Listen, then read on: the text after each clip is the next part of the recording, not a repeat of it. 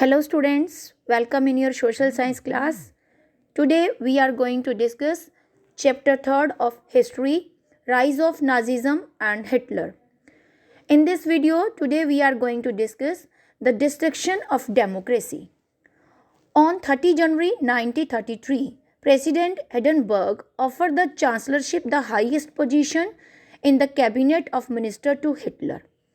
On 30 January 1933, the president of Hindenburg offered the Hitler chancellorship. First of all, chancellorship. Head of the state is known as president and head of the government, जो political leader होता है उसको chancellor कहा जाता है, equal to prime minister. And that time on 30 January 1933, President Hindenburg, that was the president of Germany, he offered Hitler chancellor to the Germany. Okay, because that time Germany was a single party and that party was in majority, so that is the rule. The party who got the majority, maximum seat or maximum highest party, the head of that party is invited as a prime minister by the president. It is now rule. It is rule in our country, same rule. And when president offered Hitler the chancellorship or the highest position of the cabinet minister, then Hitler became the chancellor of the Germany. He occupied all the power. अब जबकि Hitler जो है Germany का chancellor बन चुका था, then उसके पास सारी पावर आ चुकी थी. Then he try to dismantle the democracy already जो थी वो जर्मन में थी, बट अब हिटलर क्या करना चाहते थे, हालांकि ऑलरेडी यहाँ पर जर्मन में डेमोक्रेसी थी, लेकिन धीरे धीरे क्या करना चाहते थे, डेमोक्रेसी थी तभी तो प्रेसिडेंटशिप थी, प्राइम मिनिस्टरशिप पाई, ठीक है, चांसलरशिप पाई, बट नाउ जर्मनी जो है नाजी पार्टी जर्मनी की पॉलिटिकल पावर को अपने कंट्रोल में करना चाहती थी. अब जर्मनी में Hitler Nazi party single party का रूल एस्टेब्लिश करना चाहते थे. That's why he try to destruction of democracy. Then अब इसके लिए क्या किया गया, देखिए क्या प्लानिंग हुई. अ mysterious fire that broke out in Germany parliament building in February. Okay, February में क्या हुआ, जर्मन में अचानक से पार्लियामेंट में एक दिन आग लग गई. मिस्टीरियस आग, नोबडी नोज कि आग किसने लगाई, कैसे लगी, बट आफ्टर सम टाइम ये पाया गया कि ये जो आग थी नाजी पार्टी ने लगवाई थी. अब नाजी पार्टी ऑलरेडी पावर में थी, ये पार्टी क्यों आग लगवाएगी, क्योंकि वो जो दूसरे उसके जो अगेंस्ट पार्टीज थी, ठीक है, कम्युनिस्ट थे, इनके ऊपर ऑब्जेक्शन करना चाहते थे, चार्ज लगाना चाहते थे ताकि इनको किसी ना किसी वजह से डिस्ट्रॉय कर दिया जाए और फिर अकेली नाजी पार्टी जो है वो रूल कर सके जर्मनी में. तो mysterious fire was broke out in Germany parliament. Okay, then the fire decrees of 28 February 1933. Only 1 month हुआ अभी हिटलर को अपनी पावर पोजीशन संभाले हुए. जनवरी में, लास्ट जनवरी उसने पावर जो थी अपने हाथ में ली, चांसलरशिप जो थी उसके पास आई, और फेब्रुअरी में भी 1 month हुआ है. फायर डिक्री का मतलब होता है लॉ, ठीक है. फायर डिक्रीज, जब फायर आग लग गई पार्लियामेंट में तो उसके बाद क्या है, एक लॉ बनाया गया, ठीक है. लॉ किसने बनाए, हिटलर ने, और वो लॉ पास किया गया जिसके अकॉर्डिंग जितने भी सिविलियन थे यानी जर्मन के रहने वाले जो सिटीज़न थे उनकी फ्रीडम ऑफ स्पीच, प्रेस की फ्रीडम, ये इमीडिएटली सस्पेंडेड कर दी गई. यानी कि जो डेमोक्रेसी के द्वारा जर्मनी के लोगों को जो सिविक राइट मिले हुए थे दैट वाज सस्पेंडेड. ओके, इस न्यू लॉ के अकॉर्डिंग क्या हुआ कि जर्मन के लोगों को जितने भी पहले पावर्स मिली हुई थी, जैसे आज हमें एज हम डेमोक्रेसी में रह रहे हैं, डेमोक्रेसी फॉर्म ऑफ गवर्नमेंट है हमारे इंडिया में, तो हम फ्री हैं, ठीक है, स्पीच के लिए फ्री हैं, प्रेस की फ्रीडम है, मूवमेंट हमारी फ्री है. तो हमारे फंडामेंटल राइट मिले हुए हैं, ऐसे जर्मन के लोगों को भी फंडामेंटल राइट्स मिले हुए थे। अब जब फायर डिक्रीज हुआ, यानी कि फायर, जब पार्लियामेंट में फायर लगी तो डेमोक्रेसी क्या होगी, डिस्ट्रॉय होगी, और पार थी वो हिटलर के पास आ गई, यानी नाजी पार्टी का रूल एस्टेब्लिश हो गया। तो रूल इम्पोज किया गया, जिस रूल की वजह से उस नए रूल के अकॉर्डिंग जितने भी जो सिविलियन के राइट थे वो सारे सस्पेंडेड कर दिए गए, ठीक है। और जो पार थी वो पूरी तरह से डेमोक्रेसी डिस्ट्रक्ट हो गई थी और नाजी जो थी वो कंस्ट्रक्शन हो चुकी थी। देन क्या हुआ, अब फायर क्यों लगाई गई थी, ताकि जो हिटलर के अगेंस्ट जो कम्युनिस्ट थे उनको क्रश किया जा सके, कोई भी उसके सामने आवाज़ ना उठा सके। तब जो कम्युनिस्ट थे ये हिटलर के आर्क एनिमीज थे।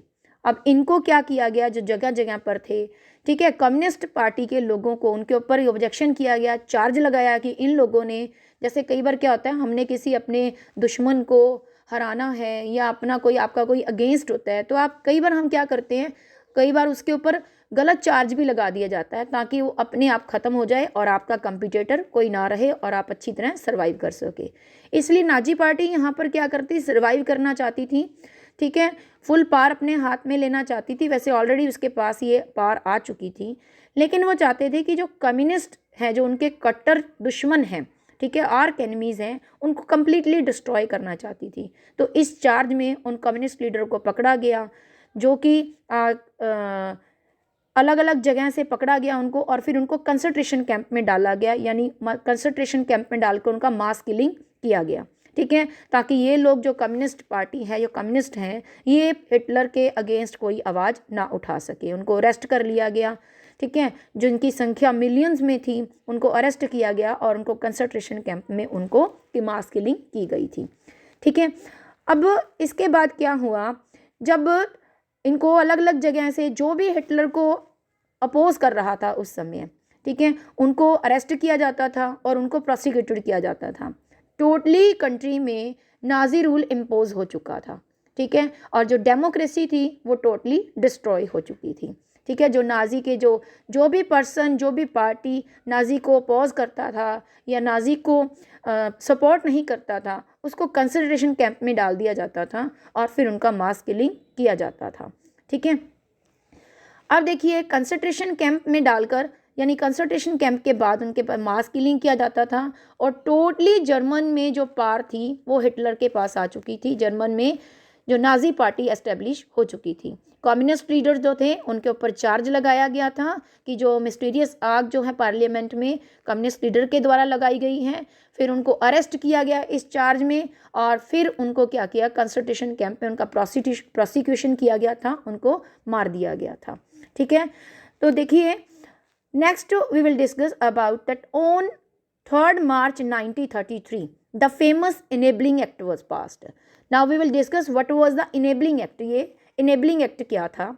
That act was passed on 3rd March 1933। This act established dictatorship in Germany. वैसे तो जर्मन में पहले ही हिटलर के पास पूरी पावर आ चुकी थी, लेकिन अभी legally that was not announced. जब एनेबलिंग एक्ट, एक न्यू लॉ पास किया गया और इस लॉ के अकॉर्डिंग 3rd मार्च 3rd 1933 को जर्मन में पूरी तरह से डिक्टेटरशिप अनाउंस कर दी गई थी, यानी कि डेमोक्रेसी जो थी वो टोटली डिस्ट्रॉय हो गई थी। डेमोक्रेसी का जो रूल था, डेमोक्रेसी सिस्टम ऑफ गवर्नमेंट जो था, फॉर्म ऑफ गवर्नमेंट थी, ये डिस्ट्रक्शन हो चुका था। अब कंप्लीटली लीगली जर्मन में डिक्टेटरशिप रूल अनाउंस कर दिया गया था। It gave Hitler all the power. वैसे भी हिटलर के पास सारी पावर पहले ही थी क्योंकि वो चांसलर बन चुके थे, लेकिन फिर भी अभी लीगली पावर को गेन करना बाकी था। और 3rd मार्च को जब इनेबलिंग एक्ट पास किया गया, इनेबलिंग एक्ट से हिटलर इस ऑल पावर्स को, जितनी भी पावर थी, पॉलिटिकल पावर थी, वो उनके पास आ चुकी थी।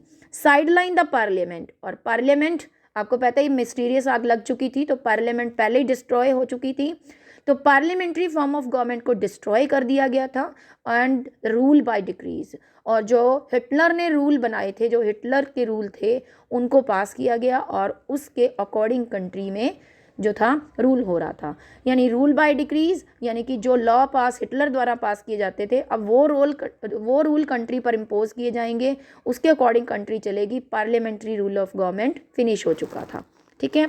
तो इस तरह से मिस्टीरियस आग के बाद किस प्रकार जो हिटलर के अगेंस्ट थे, एनिमीज थे, कम्युनिस्ट थे, उनके ऊपर चार्ज लगाया गया, उनको कैसे मारा गया इस चार्ज में। और फिर 3 मार्च 1933 को enabling act was passed and according to this act totally dictatorship was establish in Germany and destroy of parliamentary form of government dictatorship announce हो चुकी थी and democracy was totally destroy and there was now rule of Hitler was imposed on German. All political parties and trade union were banned. There was no political party, the only Nazi party, no other political party and trade union was allowed in the Germany. Only Nazi party he exist कर सकती थी, Nazi party ही German में थी, और उसके अलावा जो भी पार्टीज होती थी उनको अलाउ नहीं किया जाता था। नो ट्रेड यूनियन, जैसे आजकल ट्रेड यूनियंस हैं, ऐसे यूनियन बनाना अलाउ नहीं किया जाता था। एंड इस एफिलिएट, और सिर्फ पार्टी को, नाजी पार्टी को सपोर्ट करने वाले ही जो थे वो अलाउ किए जाता था। द स्टेट, अब स्टेट कौन सी थी, कौन सी स्टेट बात कर रहे हैं, हिटलर स्टेट यानी हिटलर का rule. The state establish complete control on the economy. अब स्टेट किसकी थी, यानी कि हिटलर रूल था। हिटलर नाजी पार्टी कंट्री की टोटल इकोनॉमी, मीडिया, आर्मी और जुडिशरी को कंट्रोल करेगी। यानी कि जर्मन की जो economic power, media and army और जुडिशरी टोटली हिटलर के अफेक्शन में थी और नाजी पार्टी का ही रूल था। ठीक है, उनके ये कोई अपनी मनमर्जी नहीं कर सकते थे। मीडिया वही जो सिर्फ नाजी पार्टी को ही प्रमोट कर सकते थे। ठीक है, नाजी पार्टी का प्रोपोगेंडा जो होता था उसको ही लोगों तक पहुंचा सकते थे। आर्मी हिटलर के अंडर आ गई थी, जुडिशरी हिटलर के पास थी। टोटली जो हिटलर था वो अब जर्मनी का डिक्टेटर बन चुका था। चांसलर पहले ही प्रेसिडेंट भी इनको अनाउंस कर चुके थे। अब आप सोच रहे होंगे कि प्रेसिडेंट हिडेनबर्ग कहाँ गए। बेटा, प्रेसिडेंटशिप होती है जहाँ पर डेमोक्रेसी होती है। जब डेमोक्रेसी ख़त्म हो गई थी, ऑलरेडी कुछ पार तो चांसलरशिप जब मिल गई थी हिटलर को, वो प्राइम मिनिस्टर बन चुके थे, तो पार तो अपने हाथ में आ गई थी। जब मिस्टीरियस फायर पार्लियामेंट में हुई तो प्रेसिडेंट को भी हटा दिया गया था। टोटली जो हिटलर रूल आ चुका था, डिक्टेटरशिप, हिटलर डिक्टेटर बन चुका था और प्रेसिडेंटशिप अब नहीं रही थी। नेक्स्ट वी विल डिस्कस, जब हिटलर इस प्रकार से नाजी पार्टी इम्पोज कर रही थी अपना रूल, हिटलर रूल इम्पोज किया जा रहा था, तो पीपल का, जो लोग थे जर्मन के, उनका एटीट्यूड कैसे था, वो कैसे, क्या वर दे हैप्पी दैट टाइम, क्या वो खुश थे, वो चाहते थे कि जो हो रहा है, जो उनके पॉलिटिकल चेंजेस हो रहे हैं, जो डिक्टेटरशिप उनकी कंट्री में आ चुकी हैं, जो एनेबलिंग एक्ट पास हो चुका है, rule by one people, that is good, कि वो ठीक है, that was good, all were happy. तो आप सोच रहे होंगे कि क्या लोग हैप्पी थे उस समय, खुश थे इस प्रकार के रूल से। उनके सारे जो सिविलियन राइट थे वो सारे बैंड कर दिए गए थे नाजी पार्टी के द्वारा। जो नाजी पार्टी को सपोर्ट नहीं करता था उनको डिस्ट्रॉय कर दिया जाता था, उनको मास किलिंग कर दिया जाता, कंसंट्रेशन कैंप में डाल दिया जाता था। ओनली नाजी सपोर्टर्स को ही अलाउ किया जाता था। तो क्या ऐसी सिचुएशन जब जर्मनी में आ चुकी थी, क्या people were happy that time, क्या बहुत खुश होते होंगे कि वाह, हमारा जो फेवरेट लीडर है वो हिटलर है, वो हमारे देश की जो पॉलिटिकल पावर को पूरी तरह से कंट्रोल कर चुका है। नहीं, उस समय लोग भी खुश नहीं होंगे। आज हमारे देश में अगर हमारे साथ ऐसे हो जाए, आज हम डेमोक्रेसी इंजॉय कर रहे हैं, अगर डेमोक्रेसी को डिस्ट्रॉय कर दिया जाए, ऐसा कभी ना हो, भगवान करे कभी ऐसा हो जाए, तो क्या हम ऐसे रूल में, जब one people one political party का रूल इम्पोज हो जाए, तो ऐसे में कोई भी लोग, कोई भी किसी भी देश के जनता जो है वो खुश नहीं हो सकती है। तो क्या किया गया, अब हिटलर ने अपने रूल को, हिटलर डिक्टेटरशिप को इम्पोज करने के लिए क्या किया होगा। क्या वो लोगों की वेट कर रहा होगा कि लोग उसको अगेंस्ट करेंगे या लोग उसको सपोर्ट करेंगे। क्या वो लोगों के भरोसे अपना, जनता के भरोसे अपना शासन चला रहा था। तो क्या हिटलर के द्वारा क्या किया गया, next we will discuss. Special surveillance and security force were created to control and order in the society, ठीक है, दैट द नाजी वांटेड। अब जिस प्रकार से नाजी रूल चाहती थी नाजी हिटलर जिस प्रकार से रूल इम्पोज करना चाहता था, कंट्री को रन करना चाहता था, एडमिनिस्ट्रेट करना चाहता था, नाजी पार्टी जैसा चाहती थी उसके अकॉर्डिंग उन्होंने स्पेशल सर्विलियन का मतलब होता है कीप वॉच, एक ऐसी सिक्योरिटी लगा दी गई जो जनता के ऊपर, लोगों के ऊपर कॉन्टिन्यूसली कीप वॉच रखें।